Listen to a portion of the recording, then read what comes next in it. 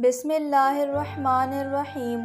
अस्सलातु वस्सलामु अलैका या रसूलल्लाह व अला आलिका व अस्हाबिका या नूरल्लाह। आज की इस वीडियो में हम खाना खाने की सुन्नतें व आदाब का जिक्र करेंगे, तो वीडियो को एंड तक ज़रूर देखिएगा। वीडियो को लाइक कर दें, चैनल को सब्सक्राइब कर दें और कमेंट में अपनी राय का इजहार ज़रूर कीजिएगा। चलिए वीडियो शुरू करते हैं।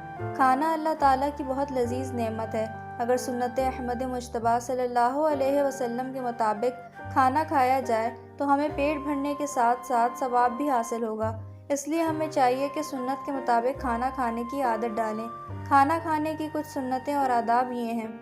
नंबर 1, हर खाने से पहले अपने हाथ पहुँचों तक धो लें। नंबर 2, जब भी खाना खाएं तो उल्टा पाँव बिछा दें और सीधा खड़ा रखें या सीरीन पर बैठ जाएं और दोनों घुटने खड़े रखें। नंबर 3, खाने से पहले जूते उतार लें। नंबर 4, खाने से पहले बिस्मिल्लाहिर्रहमानिर्रहीम पढ़ लें।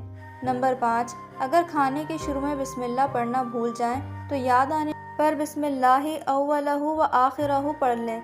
नंबर 6, खाने से पहले ये दुआ पढ़ ली जाए तो अगर खाने में जहर भी होगा तो इंशाअल्लाह अज़्ज़ व जल असर नहीं करेगा।